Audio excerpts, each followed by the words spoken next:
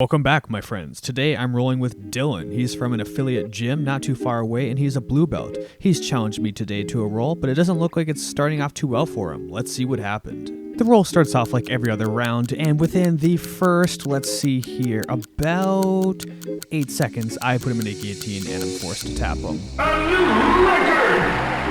But he seems to be reacting rather harshly to a nut tap, so let's go back and see what really happened. For this replay, I whip out the old magnifying glass. Not too many things are down there, so it's going to take a lot of zoom in. He pulls my leg in, and yep, there's the culprit. A slight gust of wind barely tapped him. He gets guillotined anyway, he's forced to tap to the choke, and then he's going to take a lot of time off for that gust of wind. 30 seconds pass by, and he's finally able to continue the roll. We hand bump, and hopefully the same thing doesn't happen this time. If his lower half was made in the Congo and he had balls of steel like me, this never would have happened to him. However, we can't all be like me. You can really tell that Dillon is pushing me to the edge because I haven't done anything yet. I just slowly move his arm across, put my hand in for an underhook, the other one goes in for a guillotine, then I go to my hip. As I said in another video, if I go to my hip, I'm almost immediately looking for the sweep.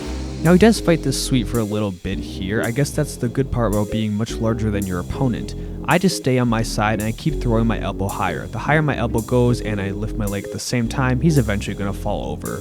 Once I finish this sweep, Dillon is attempting to push into me, but it doesn't do too much. Then he activates the secret move known as limp noodle. This is when you stay on the bottom, but you don't do a ton. Also, there's something new in this video you may not have noticed. I'm wearing a red rash guard instead of a white one. That means I have extra hatred and anger in me today. Now, he was spending so much time reacting to his nut tap, that might be where my anger came from. I'm going for another guillotine grip here, but he's starting to work his way out. He also grabs my hand, and this time when he's grabbing my hand, he's extending it so he can push it too far past my control line.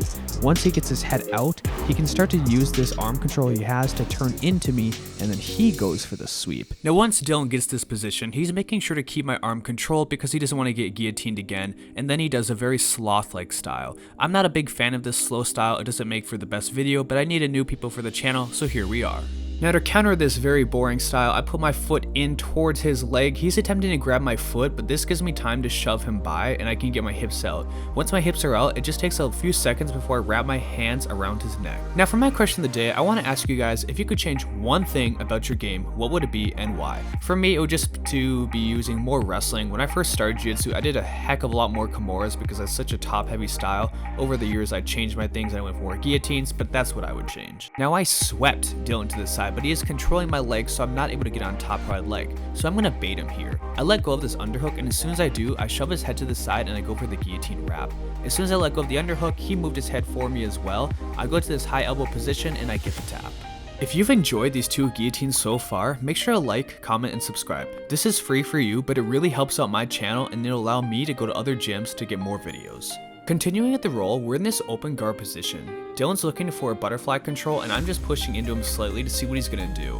He keeps grabbing my underhook and my neck, but this isn't gonna stop me. Now it doesn't take me too long to figure out that Dillon's not gonna do anything from this position, so I start to stand up. As I do this, he's looking to monitor my hips and my hands and I go for this guillotine pass. I can't pass the leg, but I am able to get the underhook and an overgrip on his neck. Now we're gonna speed this next part up. Dillon is defending this guillotine, but it isn't the most glamorous thing to watch. I keep trying to fish my hands together, but he's trying to get his arms inside so I can't connect them.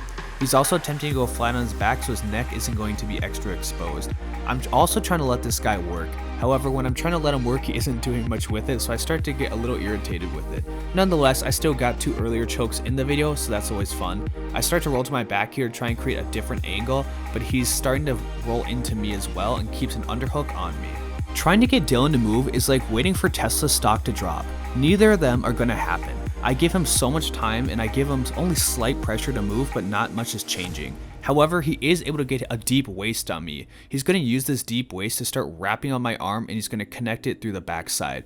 This is good for me because now I can commentate on something he's actually doing. He's starting to take my back and he's keeping one hook in. As Dillon works towards my backside, you're going to see some black belt defense here. He's starting to crowd my hips and he goes over my hip to the other side. I'm keeping my neck low. By having my neck low, this isn't going to let him get his arm across to get under my throat and work for the choke. I also know that if he lets go of my wrist, I'm going to get out of there immediately because he can't get his hooks out. I make sure to keep my hips up when he gets too high, and as he does this, I'm able to free myself from the position. I also make sure to keep my head on the inside. If my head were to pop out, this gives him to the Kimura. I go to his legs for a few times and then I switch hips and I get out. This brings us to the end of the roll. If you appreciate the video, please make sure to like, comment, subscribe. Also, don't forget about my Patreon. Thanks for watching.